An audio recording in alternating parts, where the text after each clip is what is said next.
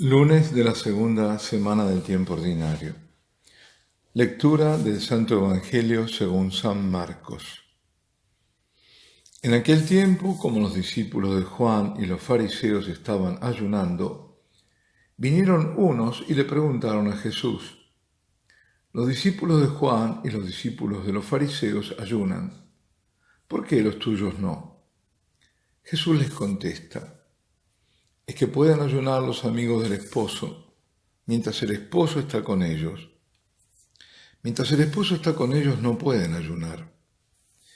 Llegarán días en que les arrebatarán al esposo y entonces ayunarán en aquel día. Nadie echa un remiendo de paño sin remojar un manto pasado, porque la pesa tira del manto, lo nuevo de lo viejo, y deja un roto peor. Tampoco se echa vino nuevo en odres viejos, porque el vino revienta los odres y se pierden el vino y los odres.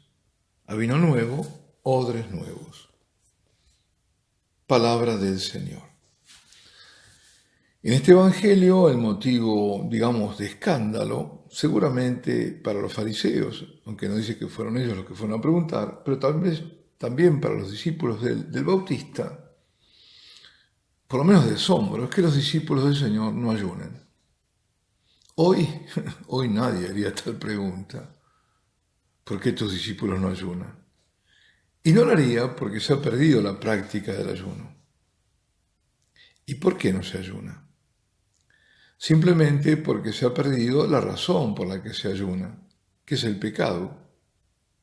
No habiendo pecado, no reconociendo su gravedad, atenuándolo como si se tratara nada más que de errores, de humanas experiencias, o incluso justificándolos y exigiéndolos como derechos y motivos de orgullo, y sabéis a qué me refiero. Estando el mundo al nivel de Sodoma y Gomorra, en rigor de verdad ya superó aquellas dos ciudades. Por lo que debemos aceptar esas elecciones so pena de ser intolerantes y fobos de lo que sea. Digo, estando así las cosas, no habiendo ofensas graves a Dios y a otros, porque Dios está excluido de este mundo, y el otro, cuando de aberraciones se trata, no cuenta. Entonces, no hay por qué ayunar. ¿Qué sentido tendría ayunar? ¿Para qué ayunar? ¿Por qué ayunar? En cambio, donde hay conciencia del mal, donde hay noción de pecado, el ayuno sí tiene importancia, y mucha, porque el ayuno es purificación espiritual y hace a la salvación del alma. La salvación del alma, salus animarum suprema lex, dice. La salvación del alma es la ley suprema y el fin de la Iglesia. Y para salvar a las almas hay que salvar a la Iglesia, purificarla de todo lo que se ha corrompido en doctrina y en disciplina de los sacramentos.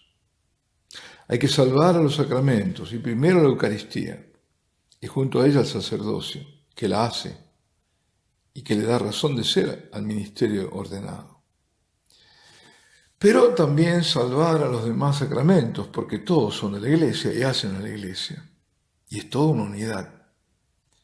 Esa purificación, si no la hace la Iglesia jerárquica, debe hacerla en la medida de lo posible y personal cada fiel.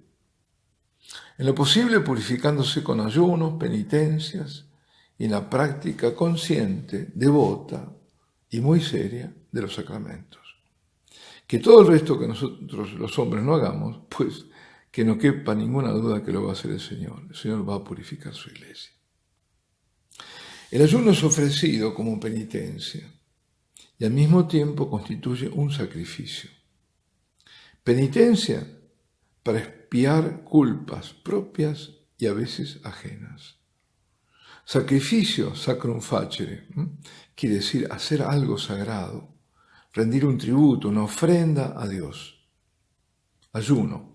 Si yo ayuno, o sea, me privo de alimentos para ofrecer esa privación a Dios y para expiar por mis culpas o por las de otros. La piedad de la Iglesia es continuación de la piedad judía, apoyada en la oración, el ayuno y la limosna, o más extensivamente las obras de misericordia.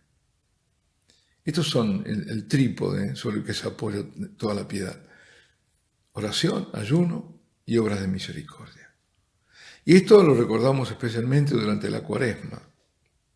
San Pedro Crisólogo, obispo, padre de la Iglesia, enseñó que la tríada de la oración, el ayuno y la misericordia es fundamental para que firme sea la fe, constante la devoción y se permanezca en la virtud.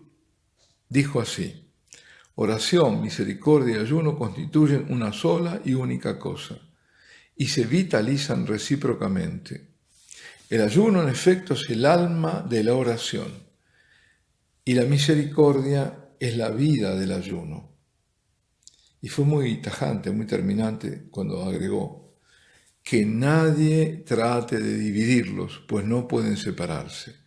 Quien posee uno solo de los tres, si al mismo tiempo no posee los otros, no posee ninguno. Por tanto, quien ora, que ayune; quien ayuna, que se compadezca; que preste oídos a quien le suplica, a aquel que al suplicar desea que se le oiga, pues Dios presta oído a quien no cierra los suyos al que le suplica. Está visto que el ayuno hace que la oración sea más profunda y concentrada. Esa es la experiencia.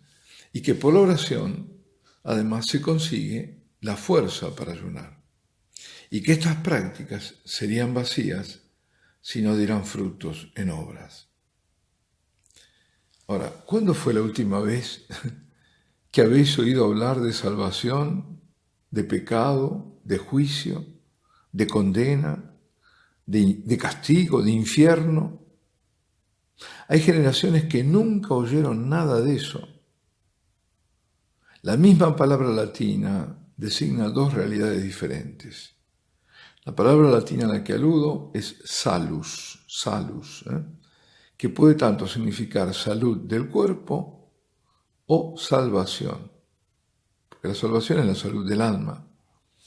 Pues desde hace mucho que hemos cambiado la salud del alma, o sea, la salvación, por la salud del cuerpo. Lo peor es que eso ocurre dentro de la iglesia, porque el mundo entró a la iglesia. Por eso no nos sorprendamos cuando preocupe solo la higiene física, pero no la espiritual. Cuando no importa que no haya agua bendita en las pilas, pero sí hidrogel o alcohol para las manos. Cuando se sustituya la proximidad a Dios por medio de los sacramentos por el distanciamiento social. Y se imponga con total abuso de poder la comunión en la mano, para que por la comunión no te contagies. Y al ayuno también se lo cambió. En vez de ser el tributo a Dios, es el tributo debido al cuerpo, o sea, la dieta. Se ha cambiado ayuno por dieta. Y es así, ese sacrificio, entre comillas, sí. Dietas por la estética del cuerpo o por la salud corporal. Además, el ayuno ha sido siempre una disciplina para dominar las inclinaciones de la carne. Pero huelga decir que hoy no es así. A las pasiones se las incentiva por todos los medios y cierta psicología, que ha venido a reemplazar la guía espiritual, ha sido el vehículo por el que se enseña que lo sano es no reprimir los instintos. Bueno, en definitiva, que hoy no se ayuna. Pero en aquel momento, y hasta hace algunas generaciones atrás, la pregunta era muy pertinente. ¿Por qué no ayunan? El Señor en ningún momento dijo que no se debería ayunar, no, eso no, sino que aquel no era el tiempo del ayuno para los suyos, pero que ya vendría cuando Él fuera arrebatado, muerto violentamente. A partir de ahí, sí. Además, Él había dado inicio a su vida pública después de ayunar 40 días en el desierto. No comió nada durante 40 días. No, aquel no era el tiempo del ayuno. El Señor estaba con ellos y a ellos les fue quitado el Señor y la iglesia ayunó. Y llegó el tiempo en el que debe retomar el ayuno, así como la oración. La iglesia que no ora no es iglesia. La iglesia llama al ayuno, a la penitencia, o debe hacerlo.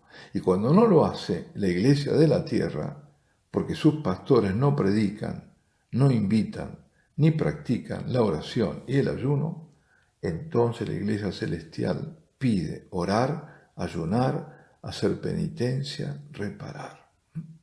Ahí lo tenemos a Fátima, a Garabandal, a Medjugorje. Mucho es lo que hay que reparar y mucho para expiar, para unir todo sacrificio nuestro al único sacrificio redentor de Jesucristo. Unirnos a Él como unida estuvo la Santísima Virgen.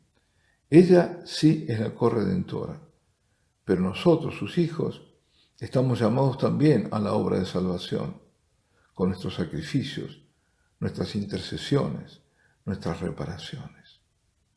¿Que nos cuesta ayunar? ¿Que nos cuesta hacer penitencia? Sí, pero hay que empezar a hacerlo. O a retomar la oración, el ayuno debilitados o perdidos. Y estar siempre prontos a toda obra, especialmente a las de salvación. El tiempo urge. Y la bendición de Dios Todopoderoso, Padre, Hijo y Espíritu Santo, descienda sobre vosotros y permanezca para siempre.